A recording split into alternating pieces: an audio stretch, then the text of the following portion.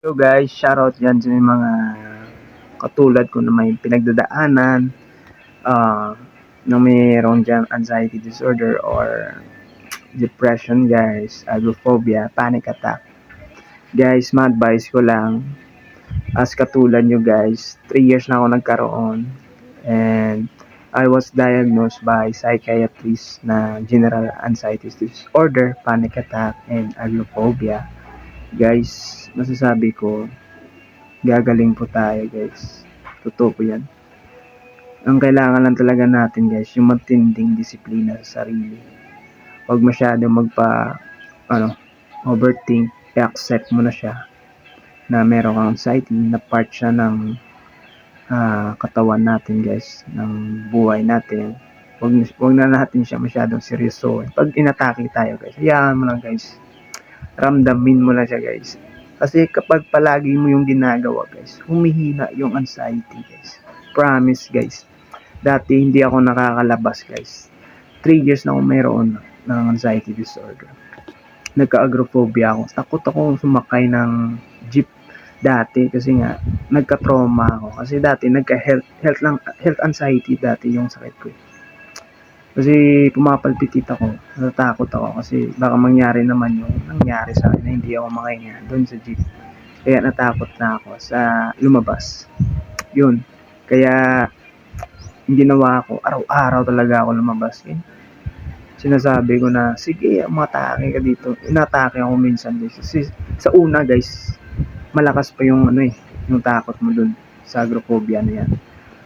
Pero araw-araw mo na gagawin guys na huwag kang matakot. I-accept mo na siya. I-allow mo lang siya.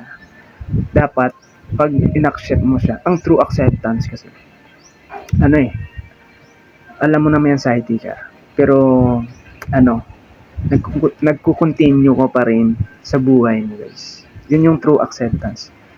Na sinasabi mo, okay lang, may anxiety. Normal lang. Pag umatake siya, okay lang. Hindi naman ako mamamatay. Uncomfortable lang talaga siya. Magpapalpitit ako, papawisan ako. And then after ilang minuto or segundo, mawawala din naman siya. Depende sa severity ng mo guys, ng panic attack mo guys. Kasi panic attack yan eh.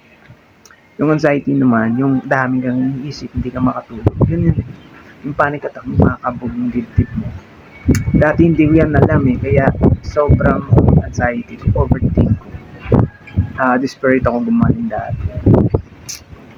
Yung mali ko lang talaga, hindi ko siya inaccept kagad na anxiety yung mga nararamdaman ko sa katawan. Although ang dami ko ng laboratories, hindi pa rin naniniwala yung utak ko. Naniniwala pa rin ako na may sakit ako sa puso. Kaya tumagal yung anxiety ko ng 3 years. Masasabi ko guys, magpa-check up muna kayo. Tapos wag kayong mag-self-diagnose. Pag sinabi ng doktor na wala kayong sakit, stop overthinking, stop anxiety habang maaga pa guys. Kasi kapag tumatagal siya, ang hirap na guys. Kapag tumagal na yung anxiety mo, ang hirap na guys ibalin yung isip mo. Kasi nga, siya, nagkamaso na dun sa utak mo yung yung mga negative thoughts mo. Kasi araw-araw mo siya iniisip. Kumbaga, mahirap na talaga alisin sa utak mo. Pero possible pa rin guys na aalisin sa utak mo kapag ni-reverse psychology mo guys. Araw-araw mo din isipin na wala ako sakit, normal lang to. Araw-araw mo isipin na gagaling ka. Araw-araw ka nag-isip ng positibo. Kumbaga, nire-reset mo yung mind mo sa bagong guys, memory ng utak mo. Kasi nagka-negative thoughts na tayo, automatic negative thoughts. Na yan eh. Given na yan guys sa may mga anxiety disorder. Automatic negative thoughts na yan. Yun, kailangan lang talaga natin yung tubig sa utak natin. For example, yung parang tubig. Palitan natin ng bagong tubig sa utak natin. Kumbaga, palitan natin bagong positibo yung utak natin para gumaling tayo guys. Pero masasabi ko, mas malaking matutulong yung psychoprofessional help.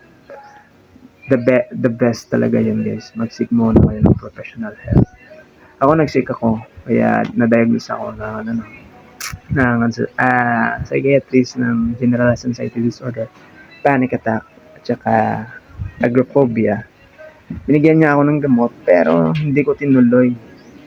Isa lang yung sinubukan ko kasi nga ang pangit na ano eh, yung side effects. Although alam ko ano eh, mag-a-adjust pa din yung katawan mo.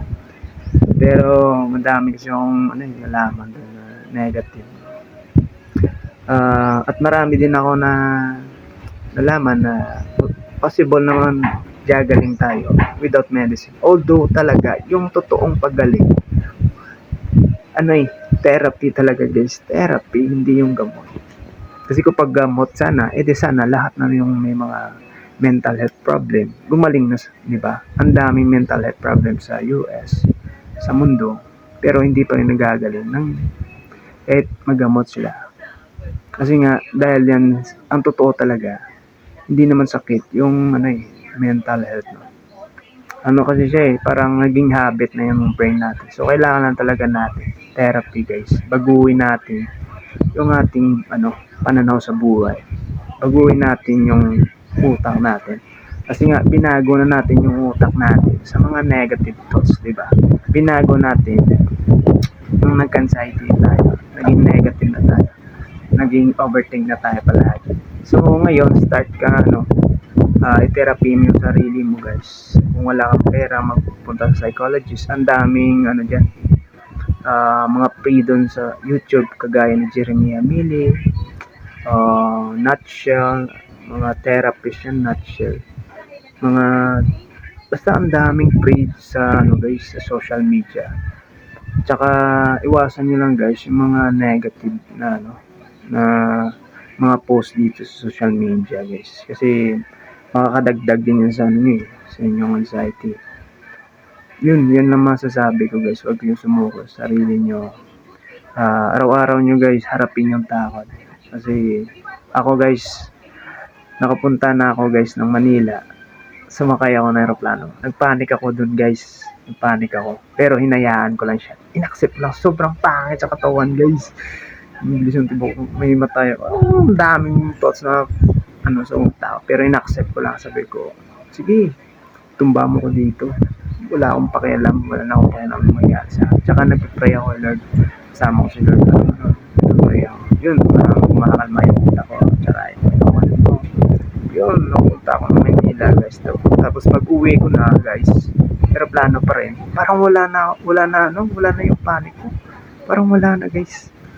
Oo. Wala na akong takot kasi yun pala guys, exposure therapy tawag doon.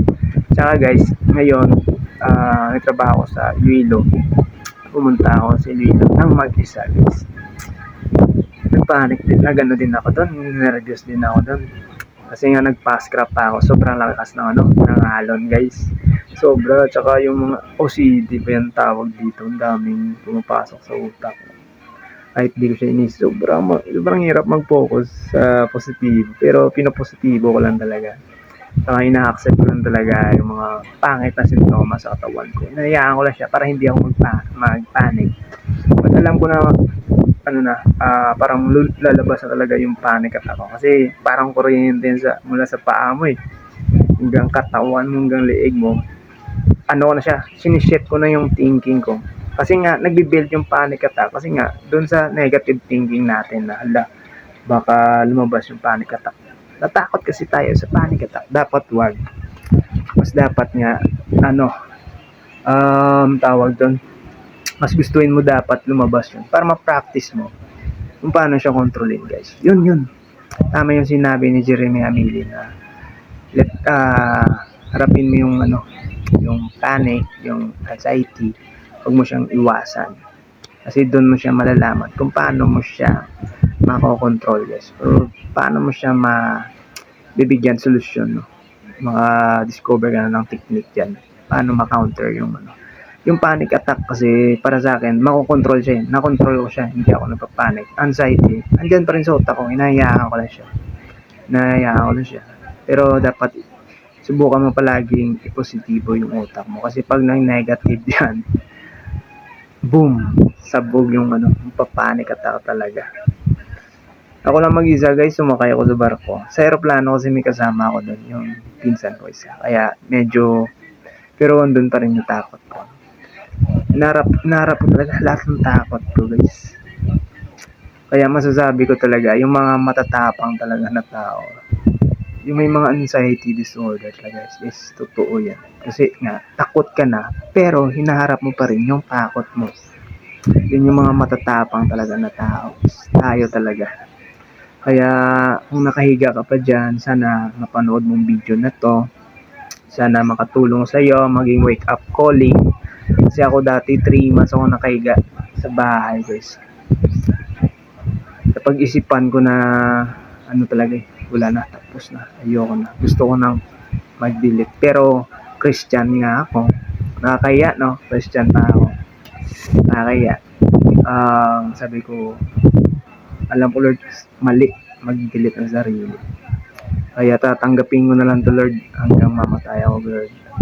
Maniniwala ako sa iyo, Lord, na gagaling ako, Lord. Haharapin ko lahat na itong pagsubok na binigay mo sa akin, Lord. Kaya hinarap ko ngayon. Ito ako ngayon. Bumabalik na yung katawan ko. Dati sobrang payat ko. Parang addict talaga ako, guys. Sobrang addict. Parang addict. Hindi sobrang addict. Parang addict ako, guys. Sabi ng mga taga-amin dito, baka nag-addict ako. Hindi nila alam, nagsasuffer pala ako ng anxiety and depression, guys. Sobrang hirap ng may ganitong kondisyon. I wish hindi magkaroon yung mga mahal ko sa buhay nito ng ganitong klaseng sakit. Kasi ang daming nawala sa akin, guys. Una-una yung trabaho ko, yung pangarap ko, yung confidence ko, yung pera na nag-ipunan ko, tsaka yung girlfriend ko, guys. Sinuwalayan ko kasi nga hindi ko na siya na na tawag doon, nabibigyan ng oras kasi takot nga ako lumabas. Kaya pinalaya ko siya, sabi ko maghanap na ng iba muna. Sana manap mo yung, hindi kasi ako selfish, guys. Kaya iniisip ko talaga siya. Kaya yun, pinalaya ko.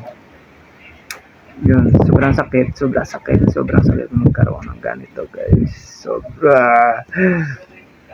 Sobrang desperate ko talaga gumaling dati. Pero hindi pala isang araw or isang buwan or 1 year naggagaling ka, guys. Kailangan minsan 2 years, 3 years, 5 years, depende sa severity ng anxiety. Depende sa management mo. Masasabi ko talaga, guys, nakatulong sa akin exposure therapy, face your fears, no? Tapos lumabas ka, guys, pilitin mo mabuhay, maging normal. Parang normal pa rin yung mo, kahit ang dami na pumapasok ang negative. Yung katawan mo, sobrang sama, pangit pakiramdam, piliin mo pa rin mabuhay, guys, kasi masasanay yung katawan natin, parang babalik siya sa dati. Kasi naging mali na yung calibration ng utak natin tsaka ng katawan natin. Araw-arawin mo lang, guys. Yun. Ako dati sobrang takot ko sa palpitation ko. Habang tumatayo ako, lumbis yung tipo kong puso ko. Ayoko nang gumalaw, parang ganun. Pero sabi ko, one time nag-decide ako, bahala na, patay. Sobrang ko, basketball ako doon, nagpapanik attack ako, tumatakbo ako sa hindi mainit, naghihinilik sila ako doon. Araw-araw ko yung ginagawa, basketball, volleyball. Kaya nagpapasalamat ako sa mga tropa ko, no? Sa mga tropa dito na kasabayan ko na nagbabasketball, na-encourage akin, no? Kaya malaking tulong din sila. Makipagkaibigan kayo, guys. Huwag nyo ikulong yung sarili nyo sa bahay. Please, wag. Kasi mas madami kang iisipin yan, guys. Yun lang. Ano pa ba? Siguro magpo-post na lang ako ng bagong video, no? Sana supportan niyo to. Mag-follow kayo. Kahit na wag na mag-follow. Magpo-post dito ng mga good testament, no? Hindi ako magpo-post ng negative dito kasi alam ko na-apply niyo sa sarili niyo. Hindi ako magpo-post ng mga dyan. Sige, sana makatulong yung video na to. Then mag-comment kayo, guys, kung anong gusto niyo tanungin about sa akin. Sige.